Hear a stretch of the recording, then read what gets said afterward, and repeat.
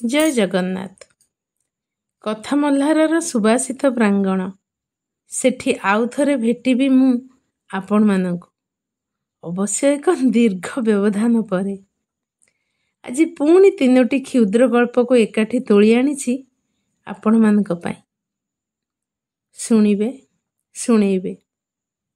ଭଲ ଲାଗିଲେ ଆମ ଚ୍ୟାନେଲକୁ ସବସ୍କ୍ରାଇବ୍ କରିବେ। ବେଲ୍ ଆଇକନ୍କୁ ଦବେଇ ଦେଲେ ଆମର ସବୁ ନୂଆ ନୋଟିଫିକେସନ୍ ପ୍ରଥମେ ଆପଣ ପାଇବେ।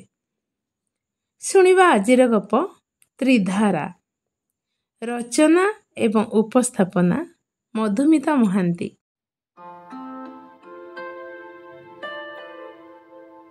ପ୍ରଥମ ଧାରା ତଥାସ୍ତୁ।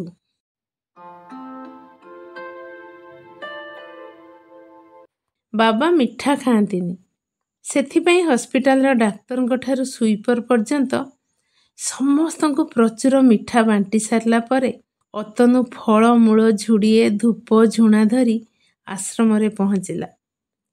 ବାବାଙ୍କୁ ପ୍ରଣାମ କରି ବେଶ ଆନନ୍ଦରେ କହିଲା, ବାବା, ଆପଣଙ୍କ ଆଶୀର୍ବାଦରୁ ମୋର ପୁଅଟିଏ ହେଇଛି। ଆଜି ସକାଳୁ ତୋର ବର୍ତ୍ତମାନ ସୁରକ୍ଷିତ ହେଇଗଲା ବତ୍ସ। ବାବାଙ୍କ ଓଠରେ ସ୍ମିତ ହାସ୍ୟ। ଅତନୁ ଖୁସି ଦେଖାଗଲା। ଠିକ୍ ସେତିକି ବେଳେ ଅଚିହ୍ନା କେହି ଜଣେ ସେଇଠି ଭୂମିଷ୍ଠ ପ୍ରଣାମ କରି କହିଲା, ବାବା, ମୋର ଝିଅଟି ହେଲା ଆଜ୍ଞା, ଏଇ ଉପର ଓଳି। ତୋର ଭବିଷ୍ୟତ ସୁରକ୍ଷିତ ହେଲା। ଲୋକଟି ଆଉ ଥରେ ମୁଣ୍ଡିଆ ମାରିଲା।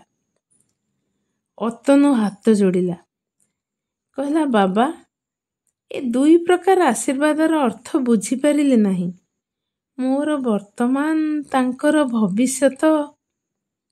କ'ଣ ସନ୍ତାନ ଜନ୍ମର ବେଳା ଅନୁସାରେ?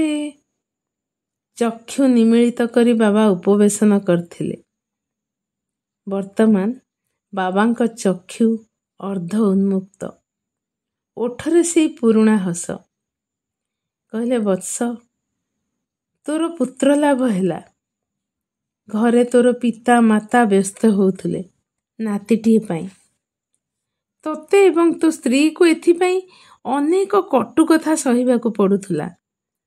ପୁତ୍ର ଲାଭ ପରେ ସେସବୁରୁ ମୁକ୍ତି ପାଇଗଲ ତୁମେମାନେ। ଏଣୁ ବର୍ତ୍ତମାନ ସୁରକ୍ଷିତ ହେଇଗଲା। ତାର ଝିଅ ହେଇଛି। ଆଖପାଖ ଲୋକ ଏଇନା ନାକ ଟେକିବେ, ମନ ଦୁଃଖ କରିବେ, ସାନ୍ତ୍ୱନା ଦେବେ। ହ, ଝିଅ କିଏ ଆଉ ପୁଅ କିଏ? କିନ୍ତୁ ଭବିଷ୍ୟତରେ ସେଇ ଝିଅ ବାପା ମାଙ୍କ କଥା ବୁଝିବ। ତୋ ପୁଅ ପାଇଁ ତା ଶାଶୁ ଶ୍ୱଶୁରଙ୍କର ଭବିଷ୍ୟତ ସୁରକ୍ଷିତ ହେଇଗଲା। ତୋର କି ଲାଭ ହବ?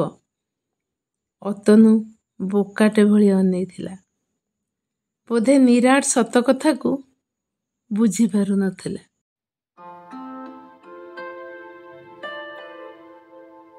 ଦ୍ୱିତୀୟ ଧାରା ବୟସୀ।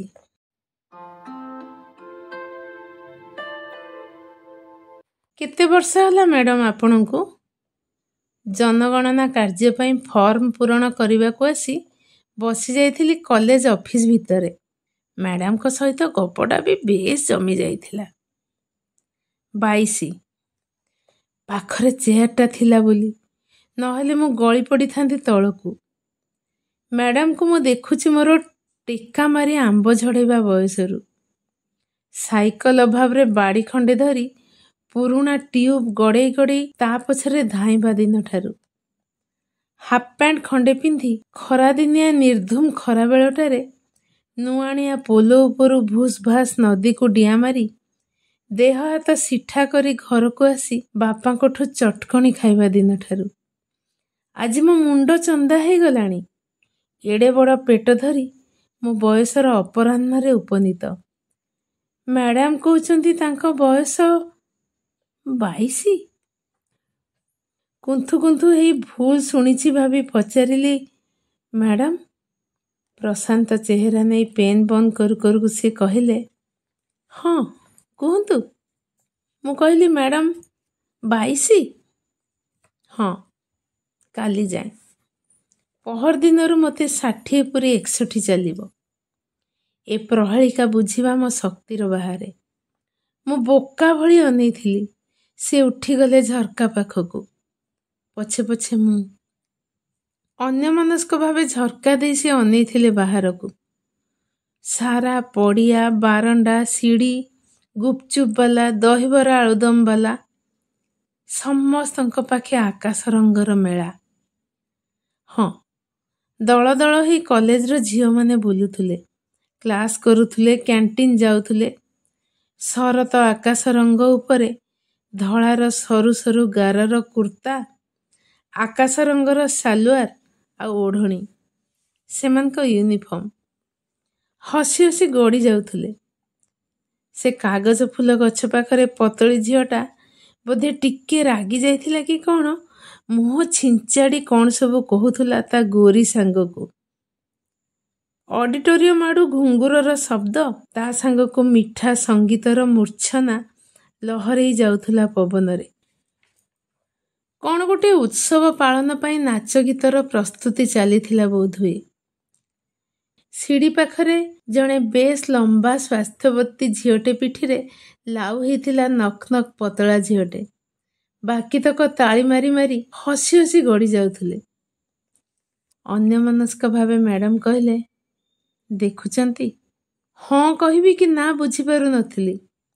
ନିର୍ଦ୍ଦିଷ୍ଟ କେଉଁ ଜିନିଷକୁ ମ୍ୟାଡ଼ାମ ଦେଖାଉଛନ୍ତି ମୁଁ ଜାଣିପାରୁନଥିଲି। ଖୋଲା କଲେଜ ପଡ଼ିଆରେ ଏମିତି କ'ଣ ଦେଖିବାର ଥିଲା? ମୁଁ ଖୋଜିକି ବି ପାଉନଥିଲି। ମ୍ୟାଡ଼ାମ ପୁଣି ଫେରି ଆସି ଚେୟାରରେ ବସିଲେ। କହିଲେ, ବସନ୍ତୁ। ମୁଁ ବସିଲି। କଲେଜ ନୂଆ ତିଆରି ହେଇଥାଏ। 4 କି 5 ବର୍ଷ ହେବ। ମୁଁ ଏଠି ଜଏନ୍ କଲା ବେଳକୁ ମୋତେ 22 ବର୍ଷ। MA ସରିଲା ତ ବାପାଙ୍କ ଉପରେ ବୋଝ ହେବିନି ବୋଲି ଏଠିକି ଚାଲି ଆସିଲି। ଏଠି କାହିଁ କେତେ ଯୁଗ ରହିଗଲେଣି ଯେ ମନେ ପଡ଼େନା। କଲେଜ କ୍ୟାମ୍ପସରେ ରହିଲି, ପାଖରେ ହଷ୍ଟେଲ। ରାତି ପାହିଲାଠୁ ରାତିରେ ଶୋଇବା ଯାଏ ମୁଁ ଦେଖେ ମେଞ୍ଚା ମେଞ୍ଚା ଫୁଟନ୍ତା ସଜ ଫୁଲଙ୍କୁ। କିଚିରି ମିଚିରି ଶବ୍ଦରେ ମୋ ନିଦ ଭାଙ୍ଗିଯାଏ। କେବେ ପାଣି ଏତେ ନଷ୍ଟ କାହିଁକି କରୁଛ ବୋଲି ଗାଳି ଦେଇଛି ତ, ପୁଣି କେବେ ଗଣେଶ ପୂଜାରେ ବଢ଼ିଆ ସଜେଇଛ କହି ପ୍ରଶଂସା କରିଛି। 15ରୁ 20 ଏଇ ବୟସ ଭିତରେ ମୋ ଜୀବନ ବାନ୍ଧି ହେଇଯାଇଛି। ମୁଁ ଏଠି ପ୍ରେମ ଦେଖିଛି, ପ୍ରତାରଣା ଦେଖିଛି, କୃତିତ୍ୱ ବିଫଳତା ବି କମ୍ ଦେଖିନି। ଏ ପିଲାମାନଙ୍କ ନାଚର ଧୁମରେ ମୁଁ ତାଳ ପକେଇଛି ତ, ସେମାନେ ଗୀତ ଗାଇଲେ ବେସୁରା ହଉ ପଛେ ଗୁଣୁଗୁଣେଇଛି ସେମାନଙ୍କ ସହ।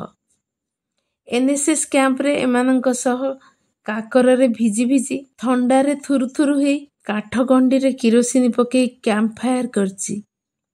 ପୁଣି ପିକନିକରେ ହୁ କିନି ମାଡ଼ି ଆସି ଉଡ଼େଇ ଦେଉଥିବା ପବନକୁ ପଛ କରି ପାଟି କରିଛି, ଏ ପିଲେ ପତ୍ର ସମ୍ଭାଳି ରଖରେ। ନ୍ୟାକ୍ ଟିମ୍ ଆସିବ ବୋଲି ରାତି 12ଟା ଯାଏଁ କଲେଜରେ ରହିଛି। ରକ୍ତଦାନ ଶିବିରରେ ଟେବୁଲ ଉପରେ ଶୋଇପଡ଼ି ରକ୍ତଦାନ କରିଛି। କେତେ ଯେ ସ୍ମୃତି।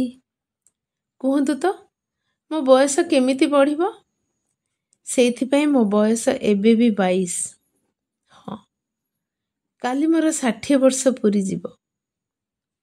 ସରକାରଙ୍କ ହିସାବରେ ମୁଁ ଅକର୍ମଣ୍ୟ ହେଇଯିବି। କାଲି ମୋର ଅବସରର ଦିନ, ଏମାନଙ୍କୁ ଛାଡ଼ିବାର ଦିନ। ପହରଦିନଠୁ ମୋର 61 ବର୍ଷର ପ୍ରଥମ ଦିନ ଆରମ୍ଭ ହେବ। ମୁଁ ଚୁପ୍। ମ୍ୟାଡ଼ାମଙ୍କ ଆଖି ଚିକ୍ ଚିକ୍ କରୁଥିଲା, ଲୁହରେ ବୋଧେ।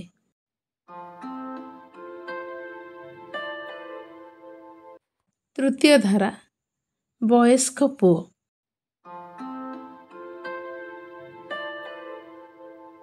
ମା, ତୁମେ ନ ଗଲେ କେମିତି ହବ କୁହ ତ? ସମସ୍ତଙ୍କ ମା ବାପା ଯିବେ ଯେ। ତିତୁର ଆଖି ଡୋଳା ଭିଜି ଝରି ପଡ଼ୁଥିଲା ଲୁହର ଧାର। ମୋତେ ଭଲ ଲାଗିବନି ମା, ମୁଁ ଜମା ଯିବିନି ଆକାଡେମିକ ଆଚିଭର ପ୍ରାଇଜ୍ ଆଣିବାକୁ। ଷ୍ଟାଣ୍ଡାର୍ଡ 5ର ବେଷ୍ଟ ଷ୍ଟୁଡେଣ୍ଟ ସିଏ। ଆଜି ତାଙ୍କ ସ୍କୁଲର ଆନୁଆଲ ଫଙ୍କସନ୍, ସେଥିପାଇଁ ସେ ଜିଦ୍ କରୁଛି। ଝିଅଙ୍କ ଭଳି କାନ୍ଦୁଥିଲା 6 ବର୍ଷର ପୁଅ। ତାକୁ ମୁଁ ଆଦୌ ବୁଝେଇ ପାରୁନଥିଲି ତା ସାଙ୍ଗର ବାପା ମା ମାନଙ୍କର ଆଧୁନିକ ଫ୍ୟାସନ ପାଖରେ ମୁଁ ଯେ ଖୁବ୍ ନଗଣ୍ୟ ଦେଖାଯିବି। ମୋ ଘରେ ପାଉଡ଼ରଟେ ନଥାଏ, ଲିପଷ୍ଟିକ୍, ଫେସୱାସ୍ ବହୁତ ଦୂର ଜିନିଷ। ତଥାପି ବାହାରିଲି। ପୁଅର ମନେ ରଖିବାକୁ ଶାଢ଼ୀ ଖଣ୍ଡେ ପିନ୍ଧି ବସିଥିଲି। ତିତୁ ବାଇକ୍ ଚାବିଟା ଧରି ସେଇ ବାଟେ ଯାଉ ଯାଉ ଅଟକିଗଲା। ମା, କୁଆଡ଼େ ବାହାରିଛ କି?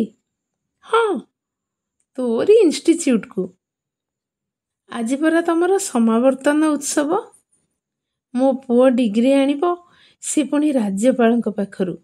କମ୍ କଥା କି? ମୁଁ ନ ଗଲେ ସେ ଯିବନି ଡିଗ୍ରୀ ଆଣିବାକୁ। କାହିଁ କେତେ ବର୍ଷ ତଳର କଥା ମନେ ପକେଇ ମୁଁ ମୃଦୁ ମୃଦୁ ହସୁଥିଲି। ମା ମା ମା ମା କଥା କ'ଣ କି? ପୁଅ ଇତସ୍ତତ ହେଲା। ମା, ଆଜି ତୁମେ ନ ଗଲେ ଚଳିବ। ମାନେ ମୋ କହିବା କଥା ହେଉଛି, ସେମାନଙ୍କ ମା' ମାନେ ଏତେ ସାଜିସୁଜି ହେଇ ଆସିଥିବେ ଯେ ମୋ ମୁହଁ ମଳିନ ହେଇଗଲା, ବୋଧହୁଏ ମୋ ପୋଷାକ ପରି। ଏତେ ବର୍ଷର ତାରଟା ସେଇଠି ଛିଡ଼ିଗଲା। ବସି ପଡ଼ିଲି ସୋଫା ଉପରେ। ଠିକ୍ ଅଛି ବାବା, ତୁ ଯା। ମୁଁ ହସିଦେଲି। ପୁଅ ମୋର ବଡ଼ ହେଇଯାଇଛି।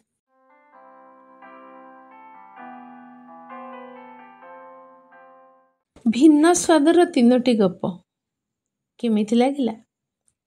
ଯଦି ଭଲ ଲାଗିଥାଏ ତାହେଲେ ଆମ କମେଣ୍ଟ ବକ୍ସକୁ ଯାଆନ୍ତୁ ଆଉ ଆପଣଙ୍କର ମତାମତ ରଖନ୍ତୁ। ମୁଁ ଖୁବ୍ ଶୀଘ୍ର ଆଉ ଏକ ସୁନ୍ଦର ଗପ ନେଇ ଆସିବି। ସେ ଯାଏଁ ରହୁଛି। ନମସ୍କାର।